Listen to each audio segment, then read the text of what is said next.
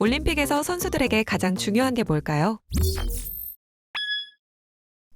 기록, 전략, 멘탈 다 중요합니다. 그런데 이걸 다 버티게 해주는 게 결국 뭐냐 하면 밥입니다.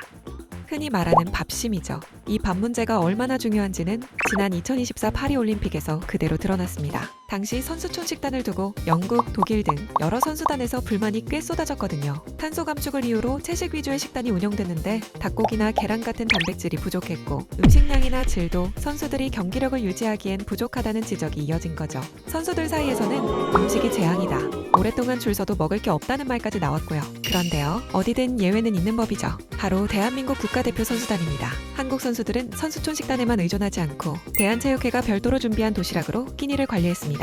낯선 해외 선수촌에서 오늘 뭐 먹지? 라는 걱정 하나만큼은 덜 수 있었던 거죠. 덕분에 대한민국 선수들은 좋은 성적을 거둘 수 있었어요. 하지만 생각해보면 올림픽 기간만 해도 약 2주, 그 먼 해외에서 이게 어떻게 가능했을까요? 이 밥심 뒤에는 오랜 시간 함께해온 파트너가 있습니다. 바로 CJ제일제당.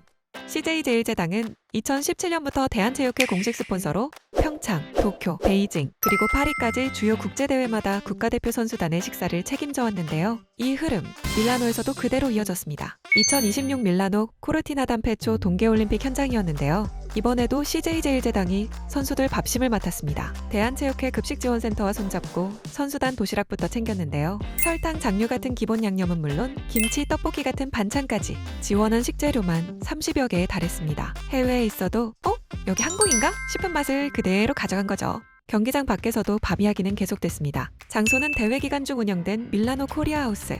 여기서 의외의 풍경이 펼쳐졌는데요. 밀라노에 한국 편의점이요? 라면, 만두, 치킨. 선수단은 물론이고 전 세계 방문객들이 K푸드를 직접 보고 또 맛보는 자리였습니다. 선수들을 위해 준비된 한 끼가 이곳에서는 한국 식문화 자체를 소개하는 경험으로 확장된 셈이죠. 사실 대회 전에도 태릉과 진천 선수촌에서 소소한 이벤트가 있었다고 해요. 이틀 동안 선수촌에서 열린 비비고데이. 선수들이 훈련을 끝내고 식당에 들어왔는데 메뉴가 좀 달랐다고 합니다. 왕교자, 통새우 만두, 연어 스테이크, 여기에 단백질 쉐이크랑 프로틴바까지. 오늘 뭐야? 자연스럽게 이런 말이 나올 만한 메뉴였죠. 스피드 스케이팅, 쇼트트랙, 컬링 등 훈련 중이던 선수들과 코칭 스태프 약 700명이 이 깜짝 식단을 즐겼대요. 아무튼 중요한 건 거창한 이벤트보다 반복되는 루틴 한가운데에 끼어든 한 끼로 밥심을 채워줬다는 거죠. 결국 올림픽이라는 큰 무대에서도 가장 기본적인 한 끼가 경기력을 만들고 있었습니다. 해외에서 열리는 올림픽, 여러분이라면 경기 전 가장 먼저 떠오르는 음식이 무엇일 것 같나요?